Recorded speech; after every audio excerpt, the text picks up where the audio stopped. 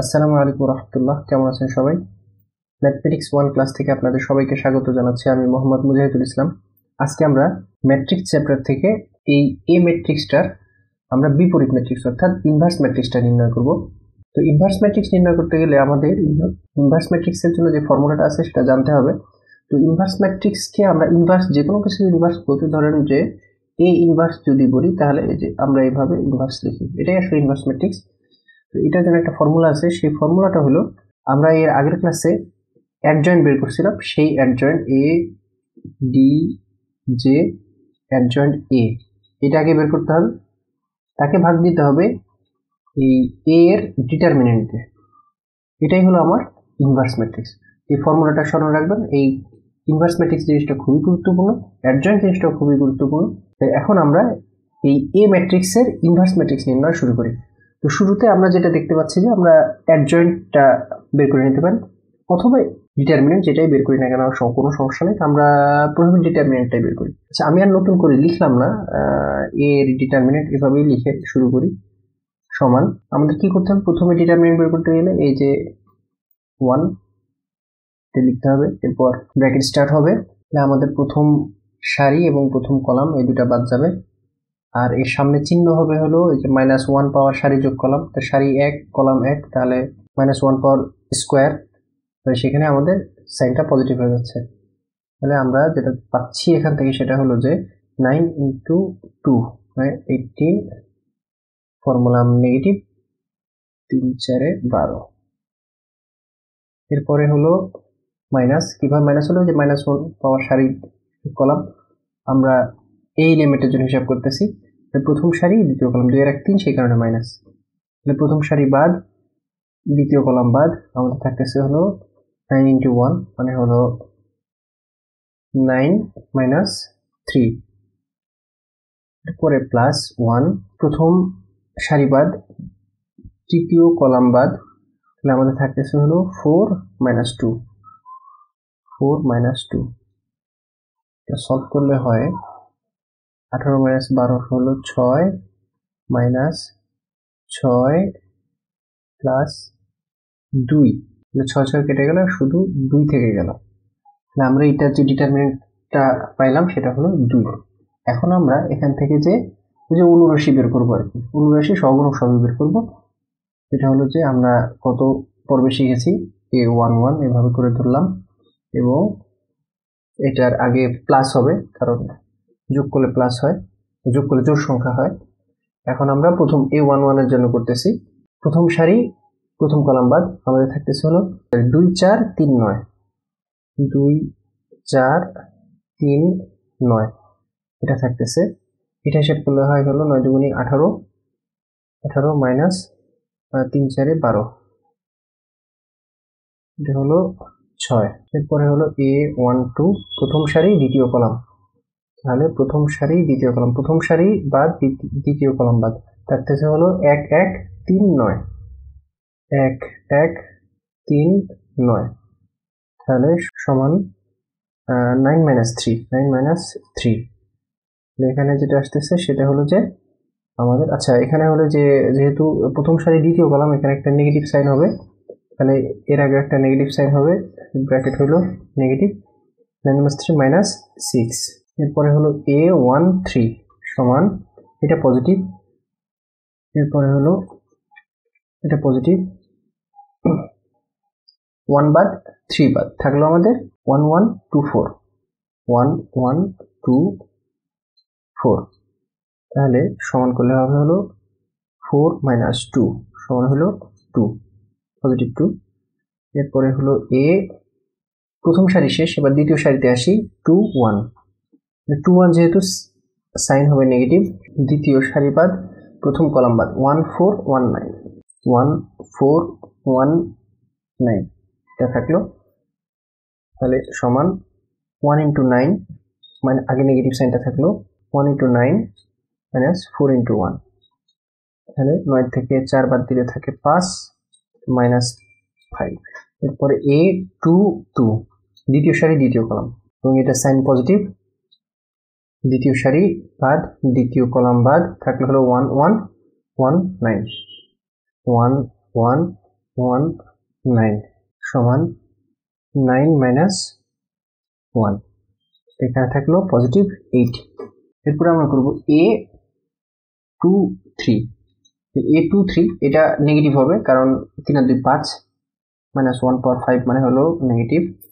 তাহলে দ্বিতীয় সারি পাত এবং তৃতীয় কলাম, বা দ্বিতীয় সারি তৃতীয় কলাম, তাহলে থাকছে 1 1 1 4 1 1 1 4, তাহলে সমান নেগেটিভ 4 মাইনাস 1, তাহলে হলো -3।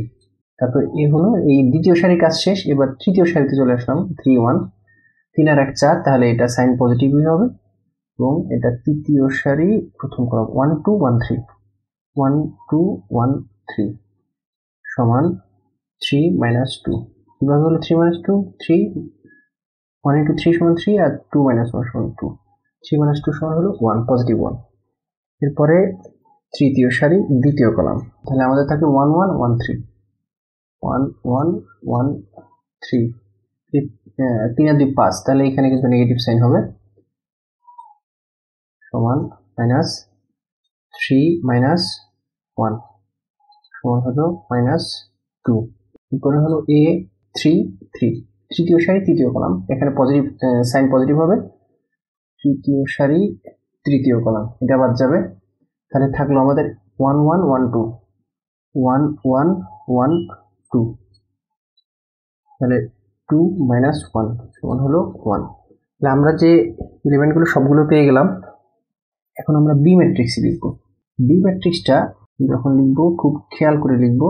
আমাদের 1 1 পজিশনে ছিল হলো 6, এটা হলো সারি, তাহলে 1 2 পজিশনে হলো -6, তারপর 1 3 পজিশনে 2, এটা হলো, এরপর হলো 2 1 পজিশনে -5, এরপরে 2 2 পজিশনে হলো 8, 2 3 পজিশনে হলো -3, তারপরে 3 1 পজিশনে হলো 1, 3 2 পজিশনে হলো -2 এবং 3 3 পজিশনে 1। এটা হলো আমাদের বি। বি কে ট্রান্সপোজ করলে আমরা যেটা পাবো সেটা হলো অ্যাডজয়েন্ট এ। তাহলে আমরা এখানে একবারই লিখে দিই, তাহলে আমরা এখানেই একবারে বি ট্রান্সপোজ দিয়ে এটা সারিটা কলামে আর কলামেরটা সারিতে লিখে দিলে আমাদের কাজ সহজ হয়ে যায়। তো আমাদের ফর্মুলা ছিল a ইনভার্স 1 সমান হলো a যে অ্যাডজয়েন্ট এ, তা হলো a ডিটারমিনেন্ট। তো আমরা এখানে অ্যাডজয়েন্ট এর বদলে বি ট্রান্সপোজ লিখি, বি ট্রান্সপোজ আর হলো এ এর অ্যাডজয়েন্ট।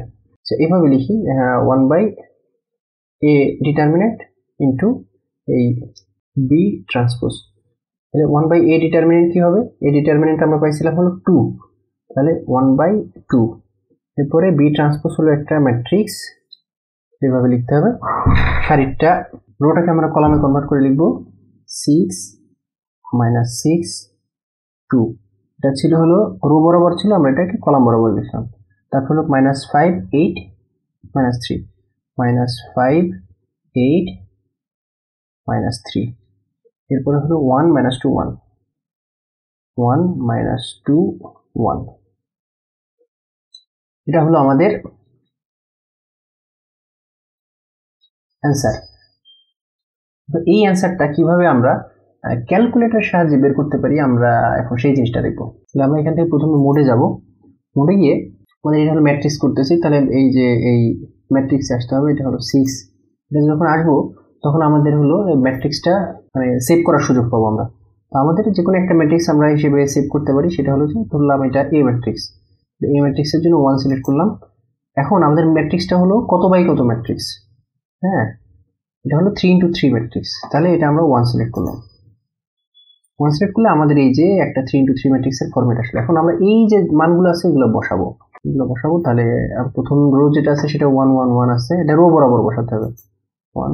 আচ্ছা, আমরা এইভাবে কলাম বরাবর বসাতে পারি, যাই হোক রো বরাবর পরপর আসলে রো বরাবর আসে 1, এটা 1, তারপরে 1, তারপরে 1 2 3 1 2 3 1 4 9।